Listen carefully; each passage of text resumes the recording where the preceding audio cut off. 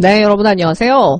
어제 박원순 시장의 연결식과 발인이 있었죠. 네, 저는 뭐 개인 사정 때문에 아까 봤는데 굉장히 차분하고 경건하게 마치 성당 미사나 교회 예배처럼 진행이 잘 돼서 보는 게 참 편안했어요.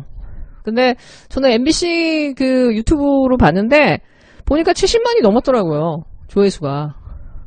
연결식 생중계한 언론사들 되게 많고 유튜버들도 되게 많은데 그래도 이게 조회수 높은 거 보니까 박원순 시장의 마지막을 함께하고 싶은 분들이, 시민들이 참 많구나.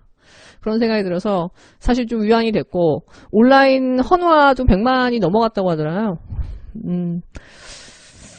네, 그런 부분에서는 참, 그래도 목소리 내지 않고 뒤에서 조용히 위로해 주시고 슬퍼하고 추모해 주시는 분이 많구나 생각이 들어서 참 좋습니다. 근데 발인이 끝나자마자 오후 2시에 좀 믿을 수 없는 일이 일어나죠. 예, 고소인의 변호사들과 여성단체의 그 임원들이 나와가지고 화려한 대국민 기자회견을 열죠. 여러분, 저렇게 화려한 기자회견을 어떻게 한 망자의 그 발인 날, 연격실 날 할 수 있죠? 인간이 어디까지 타락하고 어디까지 비정해지고 무정해지면 저렇게까지 할 수 있죠. 만약에 그들의 주장이 사실이라고 한다면 자기 목숨값을 던진 거잖아요. 그 죄값이라면. 어떻게 거기다 그런 짓을 할 수 있죠? 자기 목숨을 던지는 그것보다 더한 그 이상을 바랬던 건가요?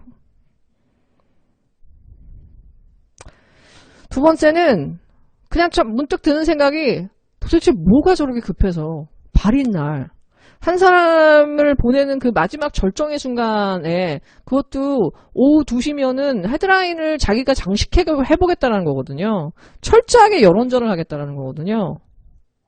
이렇게까지 해야 되는 이유가 뭐지? 박원순 한 개인을 죽이겠다라는 거야? 이 정치 세력을 죽이겠다라는 거야? 여론재판을 해가지고 그냥 자기들 또 한몫 챙기겠다라는 거야?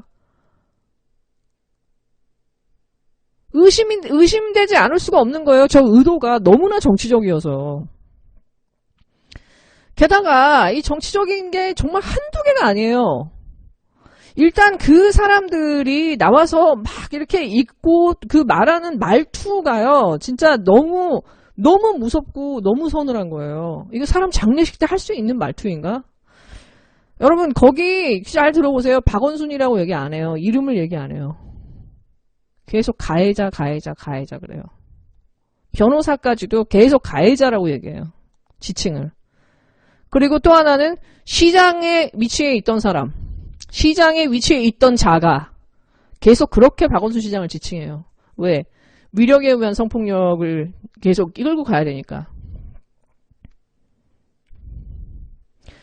그리고 진짜 약간 코미디 같았던 게 뭐냐면 아니, 그 고소인의 피해 호소문이라고 하는 거를 대독을 하면서 자기가 거기다 감정 실어갖고 막 눈물 흘리면서 막 뭐 소리 지르고 싶어 이러는데, 이걸 울라고 하는 건지 뭐 어쩌라고 하는 건지, 이거 뭐 하라는 건지 모르겠는 거예요.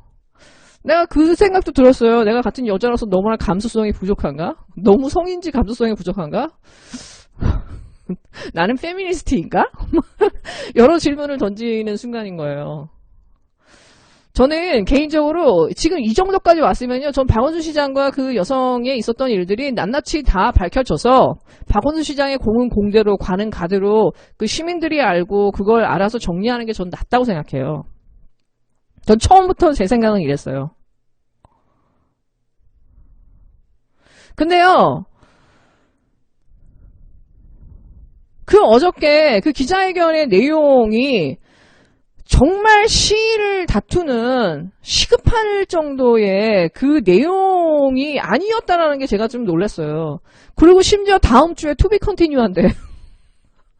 이걸 어떻게 받아들이라는 거지? 이거는 그냥 발인 날, 그 보내는, 망자를 보내는 마지막 순간에 그냥 똥 뿌리는 거거든요. 그냥 부관 참시하고, 능지처참하고, 철저하게 그냥, 여론재판에서 그 한 사람 그냥 망신 주겠다라는 거거든. 철저하게 그 사람의 가족이나 그 사람의 주변 사람이나 슬퍼하는 사람의 단 하나의 감정도 허락하지 않겠다라는 거거든요. 맨날 성인지 감수성을 떠들면서요. 자기들한테 중요한 이 한 사람의 감정만 중요하고 그 수백만의 사람이나 수천만의 사람은 관심이 없어요. 그리고 그 자기들의 의도에 대해서나 그 주장이 뭔가 너무 일방적이고 이거 증명이 안 되는 거고 증거가 없다. 이게 왜 이러지? 이거 공작이야? 왜 이렇게 의도가 이상하지? 뭔가 의문을 제기하면 그 즉시 2차 가해 얘기가 나와요. 그리고서 으름장을 놔요. 언론에다가. 고소해버리겠다고. 2차 가해를 호소하고 있다고. 2차 가해 고통을 호소하고 있다고. 근데 잘 보세요. 지금 그 박원순 시장이 시신이 발견되는 지금 이 순간부터요. 언론에서 박원순 시장과 그 여자 사이에 있었던 일들을 보도를 하는 내용이요. 거의 포르노그래피예요, 여러분. 그리고 그것들을 단편적인 파편들의 에피소드를 계속해서 포탈에 흘려서 앞에 네이버나 다음은 그 대문에 걸어요. 사람들의 그 어떤 묘한 상상력을 자극하는 방식으로 계속해서 이 박원순을 파렴치한 사람으로 만들었어요. 이 장례 기간 내내. 그러고 나서 2차 가해라면서 호소를 해요. 이거 김지은 때 써먹던 수법이랑 똑같은 거잖아. 네. 그리고 심지어 김지은 씨는 방송에 한 번이라도 나왔어요. 단 한 번 방송에 노출되고 그 다음부터 모든 건 그 여성단체와 변호사들이 다 했죠. 이분은 얼굴도 안 비춰요. 누군지도 몰라. 이름도 모르고 성도 몰라. 정체도 몰라. 근데 무슨 신상 털기란다는 거야. 나 이분의 신상을 아직도 모르는데. 근데 내가 깜짝 놀랐던 게 뭐냐. 신상은 변호사들이 얘기 다 하던데? 나는 어저께 알았어. 그분이 거기서 이렇게 일하고 저기서 저렇게 일하는지. 나 이 사람에 대해서 단 하나도 몰랐어요. 내가 알고 있는 거는 이 사람이 4월 달에 박원순 시장의 수행비서를 성폭행했다라고 고소한 그 같은 사람이라는 거. 그거 말고는 나 이 사람에 대해서 아는 거 없었거든요. 오히려 지들이 얘기 다 하더구만. 아니 나는 온라인에서 이 사람에 대한 신상털기나 뭐 2차 가해를 나 그렇게 본 게 별로 없는데 오히려 박원순에 대한 이 신상털기와 2차 가해가 진짜 극에 달하지 않았나요? 근데 이 사람들은 자기들이 다 그렇게 가해를 해놓고 나중에 자기들이 피해자라고 그래요. 마치 한동훈이나 윤석열처럼.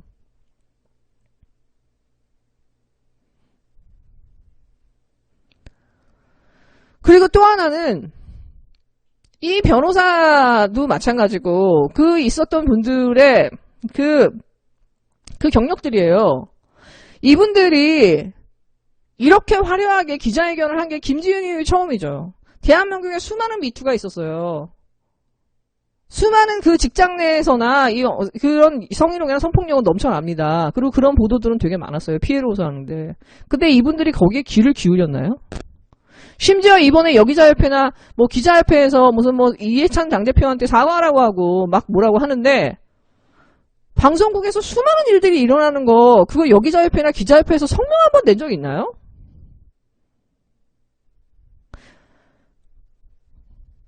이 문재인 정부 들어와서부터 계속되는 이 어떤 데자뷰가요. 참여정부의 데자뷰가 있어요.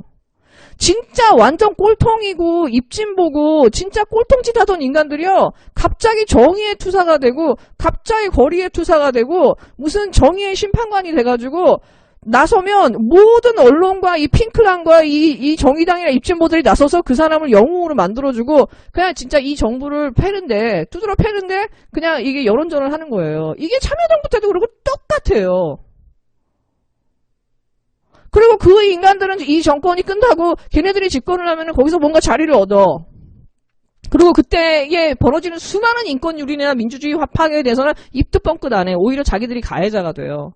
근데 이때가 되면은 소위 말해서 저기 커뮤니티 끝에서라든가 저기 온라인에서 그 약간 약 빨고 있을 만한 애들 일베나 워마드나 메갈이나 이런 애들이 전부 그런 부류의 인간들이요. 다 음지에서 양지로 다 걷어 올라와요. 그리고 이제는 그 사람들이 뭐 하다 못해서 이제 국회에 다 진출되어 있어. 노무현 대통령이 서거했을 때도 이 정도는 아니었거든요. 이렇게 될 수 있는 건요. 소위 말해서 저런 부류의 인간들이 지금 이렇게 그 양지로 올라왔고 국회까지 올라왔고 언론사에 진출하고 이렇게 해서 이 수많은 네트워크를 갖췄기 때문이에요. 얘네들은 이미 그 이명박근혜 동안에 그들의 신앙이 갖춰졌거든요. 그렇게 해서 이 젊은 애들이고 스누라이프고 다 나서가지고 이 문재인 정부와 이 친문과 이 진노 인사라면은 물불을 가리지 않고 미친 듯이 공격을 하는 거는요, 얘네들한테는 이게 시장이 형성됐고 그 짓을 하고 나면은 여기저기 취직하고 여기서 자리 나고 돈이 생기기 때문이거든요. 별 능력 없고 경력 없어도. 그거를 정의당이나 이번에 핑크당에 공천받은 인간들을 보면 너무나 적나라하게 보이죠. 전문가 하나라도 있나요? 저기에? 그런 애들만 뽑아가지고 해주는 거예요. 그리고 얘네들이 이렇게 화려하게 자기가 정의의 사도인 양 하면서 공격하는 그 인사의 그 100%는 다 친노와 친문이에요.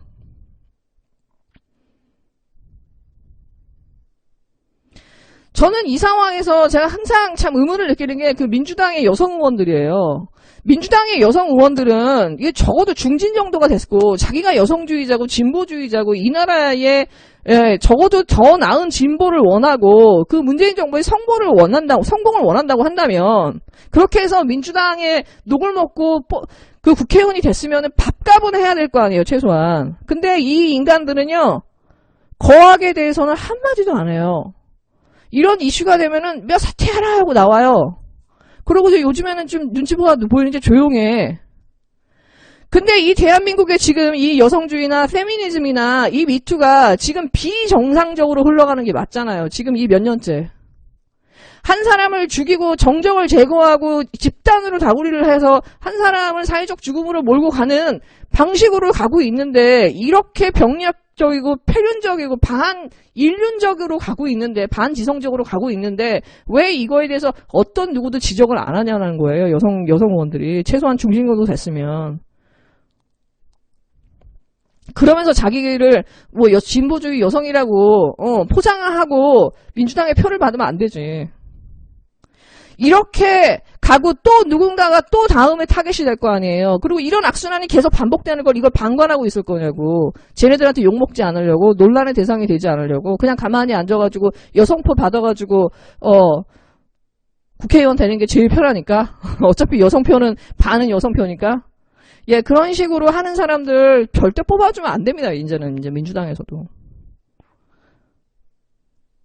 뭔가 공천 과정에도 혁신이 있어가지고요. 그냥 여성이라기 때문에 뽑아줘야 한다면 진짜 민주당은 제대로 된 여성을 뽑으세요. 제대로 된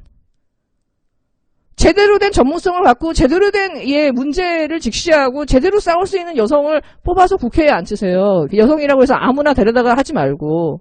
그 다음 또 하나 봐야 되는 게 뭐냐. 민주당에서 일어나는 미투에서 이 피해자라고 주장하는 사람들이 보면요.